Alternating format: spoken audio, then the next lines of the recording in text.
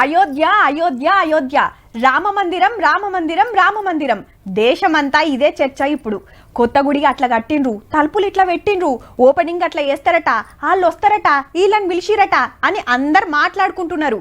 అందుకే మొత్తం వివరాలతోటి ఈ వార్త పట్టుకొచ్చినాం అయోధ్యకెళ్ళి.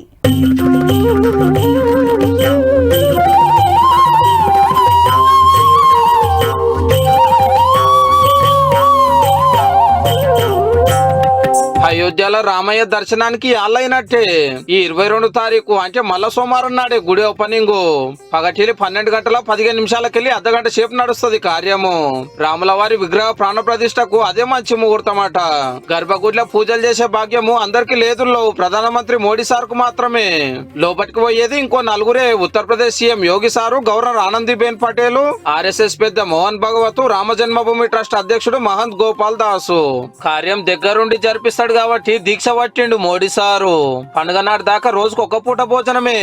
దేశంలో ఉన్న మఠాధిపతులు, పీఠాధిపతులు, స్వామీజీలు, సన్యాసులు, పెద్ద పెద్దోళ్ళు, ముఖ్యమైన లీడర్లు, యాక్టర్లు, ఆటగాళ్లు, పాటగాళ్లు, సెలబ్రిటీలు ఇట్లా 7,000 మందికి కారట్లు పంపిరు తప్పకుండా రావాలని.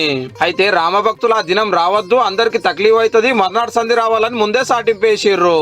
కాకుంటే పండుగ నాడు అయోధ్యలో ఏం జరుగుతుందో చూస్తానికి దేశమంతా అన్ని గుళ్ళలా పెద్ద పెద్ద టీవీలు పెడతారట.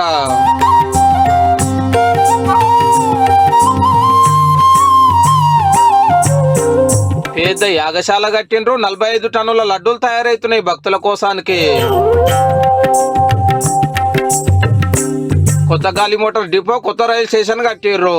మొన్ననే మోడీ సార్ వచ్చి అంతా చూసిపోయిండు, ఇంకేం చేయాలనో సలహాలు ఇచ్చిండు. అన్ని రాష్ట్రాలకెళ్లి రైలు బండ్లు, గాలి మోటార్లు నడుస్తున్నాయి. గుడి ఓపెన్ అయినాక 3 ఏళ్లు దినం 3 లక్షల మంది భక్తులు వస్తారట అందాజ లెక్క. 100 ఎలక్ట్రికల్ బస్సులు తెచ్చిర్రు. అయోధ్య అంతటా రంగులేస్తున్నారు, గోడల మీద బొమ్మలు దింపుతున్నారు. రాత్రిపూట కలర్ లైట్లతోటి చెక్కుమంటుంది. భక్తులు వచ్చేటోళ్ళు వస్తూనే ఉన్నారు. పండుగ నాడు ఈ స్కూళ్లు, మందు దుకాణాలు బంద్. సీఎం సార్ మొత్తం పండుగ పని మీదనే ఉన్నాడు. ఇప్పుడు పెద్ద పెద్దోళ్ళు వస్తారా, ఫుల్ సెక్యూరిటీ పెడుతున్నారు. గుడికొచ్చేటోళ్ళు ఫోన్లు, వాచీలు, రిమోట్లు ఏవి పట్టుక రావద్దు. జీన్స్ ప్యాంట్లు, టీ షర్ట్లు కాకుండా పంచకట్టు, చీరలతో రావాలని చెప్తున్నారు. ఇది రాములవారి జాగే అని సుప్రీంకోర్టు తీర్పిచ్చినమ్మటే 3.5 ఏళ్ల కిందట మోడీ సార్ వచ్చి భూమి పూజ చేసిండు. అప్పటికెళ్లి పనులు నడుస్తున్నాయి. మొత్తం 6 ఎకరాల జాగా. భూమిలకెళ్లి ఉసుకదోడే 3 ఫ్లోర్ల గుడి కట్టిండ్రు. నాగర శైలి పద్ధతి అంటారు దీన్ని. షెమ్టి, ఇనుము అస్సలు వాడరు, మొత్తం రౌతే. అది కూడా రాజస్థాన్ కెళ్ళి తెచ్చిన గులాబీ రాయి. నడిమిట్ల కాంక్రీట్ గిట్ల వాడలే. భూకంపాలు వచ్చినా, పెద్ద పెద్ద తుఫానులు వేసినా, ఇంకేమైనా గింత కూడా ఖరాబు కాకుండా బందోబస్తు కట్టిండ్రు. 115 దేశాల నదులు, సముద్రాల నీళ్లు, 2,500 ఏరియాలకెళ్లి మట్టి తెచ్చిండ్రు. 3,500 మంది కార్మికులు ఇరాం లేకుండా 24 గంటలు పనిచేస్తున్నారు. శ్రీరామనవమి నాడు సూర్యకిరణాలు రాముని దాకేటట్టు కట్టిండ్రు. గర్భగుడిలో బాలరామునికి విగ్రహం ఎత్తు 51 అంగుళాలు. Ground floor 160, first floor 132, second floor 34, ఇట్లా మొత్తం 392 స్తంభాలు ఉంటాయి. అందమైన బొమ్మలు చెక్కిండ్రు. ఇక తలుపులు 44, ముఖ్యమైన వాటికి బంగారు పూత.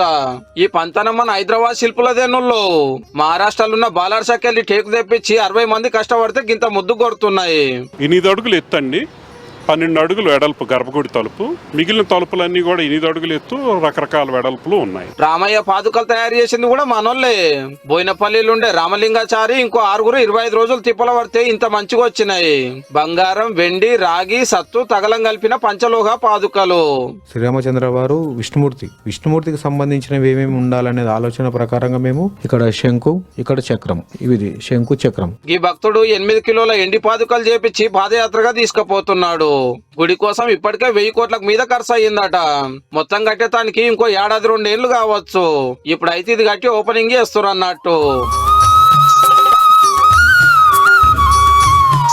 సీతమ్మ వారు పుట్టిందని చెప్పుకునే నేపాల్ దేశం జానకీపూర్ నుంచి బంగారం, వెండి కానుకలు వచ్చినాయి. 800 మంది 500 పెట్టెలు తీసుకొని 30 రథాలలో వచ్చిర్రు అమ్మగారింటికి వెళ్లి. బంగారు బాణం, కత్తి, ఎండు పాదుకలు, కంఠహారాలు, తీరొక్క నగలు, పట్టుబట్టలు, మిఠాయిలు, పండ్లు, ఫలాలు. సీతమ్మ స్వయంవరంలా జనక మహారాజు ఇట్లనే కానుకలు పెట్టిండట. ఇక ఇటు చూడండి, 5.5 టన్నుల ఇత్తడి ధ్వజస్తంభము అంటే 5,500 కిలోల బరువు, 44 అడుగుల పొడుగు. గుజరాత్ లో తయారు చేసి బండి మీద అయోధ్యకు తీసుకొచ్చిర్రు. పండుగ నాడు దీని మీద జెండా ఎగిరేస్తాడట మోడీ సారు. ఇక ఇదేమో పెద్ద గంట 600 కిలోలు, మరి మీద జై శ్రీరామ్ అని రాసి ఉంది. తమిళనాడులో తయారు చేసి తెచ్చిరట. గంట కొట్టంగానే ఓంకార శబ్దం వస్తుందట. అయోధ్యలో వెలిగిస్తానికి గీళ్ళు 108 కిలోల అగరబత్తి రెడీ చేసిండ్రు గుజరాత్ లా. బరువు 3657 కిలోలు. దీనికోసము 374 కిలోల గూగలు, 280 కిలోల బార్లీ, 191 కిలోల ఆవు నెయ్యి, 108 కిలోల సుగంధ ద్రవ్యాలు, 572 కిలోల గులాబీ పూలు వాడితే 5.5 లక్షలు ఖర్చు వచ్చిందట. పండుగ నాడు ముట్టిస్తే 41 రోజులు మండుతుందంటే ఎట్లుంటదో చూడండిగా. అంతేకాదు దునియాలనే పెద్ద దీపం అయోధ్యలో చూడబోతున్నాము. 21 క్వింటాల నూనె పోసి ఒత్తి కోసం క్వింటాల్నర పత్తి వాడుతున్నారంటే ఎంత పెద్దగా ఉంటుందో చూడండిగా. గీళ్ళు 7000 కిలోల రామ్ హల్వా వండుతున్నారు. 12,000 లీటర్లు పట్టే కడాయి లేపాలంటే క్రేన్ కావాలి. మళ్ళా ఇలా తిప్పే గంటనే 12 కిలోల వజన్ ఉంటది. 900 కిలోల రవ్వ, 1000 కిలోల నెయ్యి, 1000 కిలోల చక్కెర, 2000 లీటర్ల పాలు, 300 కిలోల డ్రై ఫ్రూట్స్, 75 కిలోల యాలకుల పౌడర్ వేసి కమ్మటి హల్వా చేస్తారట. మన తిరుపతికి వెళ్ళి 1,00,000 లడ్డూలు పంపుతున్నారు భక్తులకు ప్రసాదం పంచడానికి.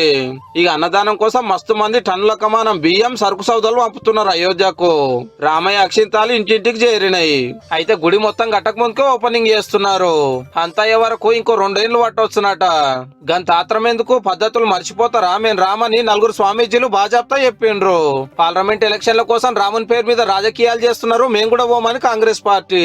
ఎవరి మాట ఎట్లున్నా 22 తారీఖు నాడు అయోధ్య పండుగను చూడబోతున్నాం.